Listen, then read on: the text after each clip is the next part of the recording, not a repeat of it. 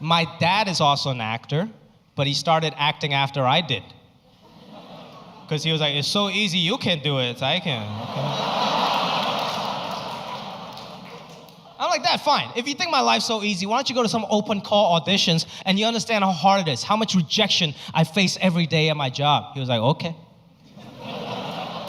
And he went to all these auditions and he started booking everything. It's a true story. He got on this show in China, in mainland China, called Little Daddy, Xiao Baba. 500 million people watched that show. It's like the Big Bang Theory of China, and Richard blew up. And he was like, this isn't easy, I don't know.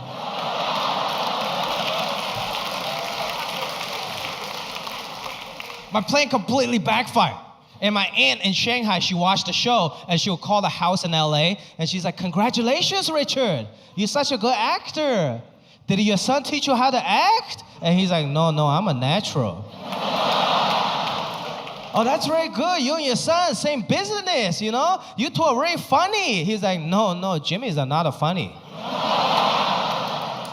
And I'm like, that's bullshit, okay? You got one good role, good for you, I'm happy for you. But you're not a real actor yet. Real actors, we gotta cry, we gotta laugh. Do you even know how to cry in front of camera? He was like, yes, I just think about how much you suck at ping pong.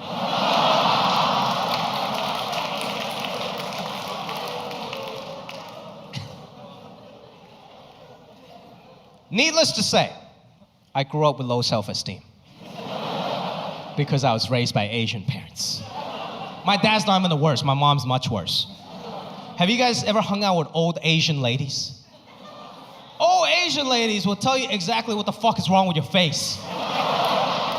As if they're trying to do you a favor. I go to my mom's house, the first thing she says, she's like, Jimmy, oh yo.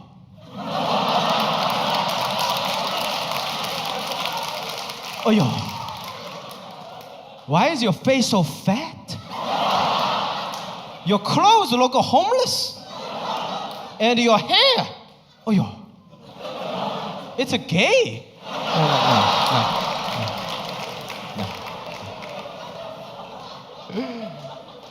Sometimes it's like embarrassing for me to hang out with my mom, you know? Because Asian people, we just got a different custom, you know? Like my mom, when she goes shopping, she doesn't buy shit she needs. She just buys shit because it's a good deal. One time, I brought a full price shirt home, $20. And she was like, was it a full price? No, it's a bad deal.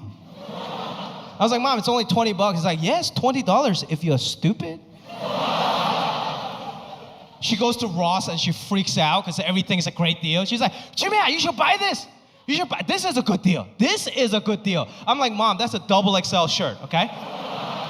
And it says obey on it. I'm not gonna fucking wear that. And she's like, it's okay, 50% off. Someday it will fit, okay? If you want a good deal, you follow the old Asian people, right? You go to Costco, you see a sea of old Asian people because you know everyone's getting a great deal. Nobody's getting ripped off. You go to Whole Foods, never seen one old Asian motherfucker in my life. We don't believe in that shit. I grew up very stereotypically, man. I didn't play basketball, football. I grew up playing ping pong. Competitively. That was a serious national sport back home, man. You know, I didn't go to any like fun summer camp, space camp. My dad sent me to a ping pong training camp in Guangzhou, China. I almost died. It was 100 kids competing for one spot on the national team. It was basically Fortnite with ping pong paddles.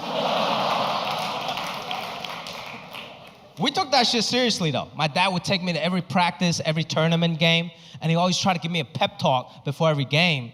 But you know Asian parents, they're way too honest. So every pep talk just turned into an insult. Like he'll come up to me and be like, Jimmy, you're going to play well, okay? Even though you're slow, even though you're weak, and you suck. And then he would just walk away.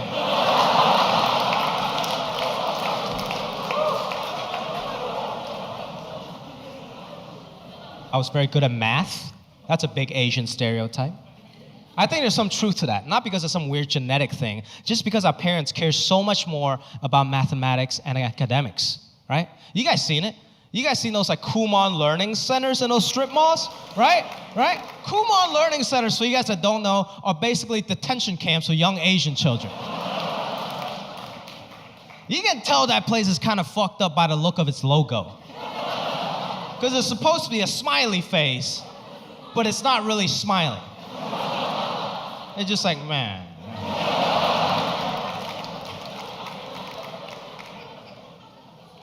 My parents were way too cheap to send me to Kumon. They got a different strategy.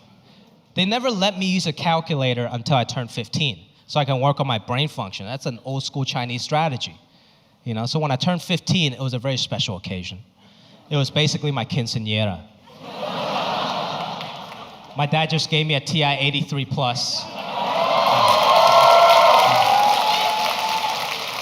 And he looked me in the eyes, and he was like, "You're a woman now, okay?" But when you're a kid, when your parents tell you can't do something, what do? You rebel, right? So when I was 14 years old, I stole my brother's calculator. I stole Roy Rogers' calculator. And I locked myself in my room and I started rebelling. I started doing math homework. Other kids were like fucking around with like alcohol and drugs. I was fucking up some problems, you know? Locked myself in a room. I was just punching in numbers. I was like, oh man, this feels great, you know? It's so wrong. It's awesome. My dad was pissed. He was knocking on the other side of the door. He doesn't like locked doors in the house. And he was screaming. He was like, Jimmy, what are you doing inside? Come out right now. I know you're using a calculator. Come out right now. I was so scared. I didn't know what to do. And he unlocked the door and he came in. I went into full panic mode, so I just threw away the calculator and I pulled out my pants. I was like, Dad, I was just jerking off. And he came in, and he looked at me, and then he looked at the math homework.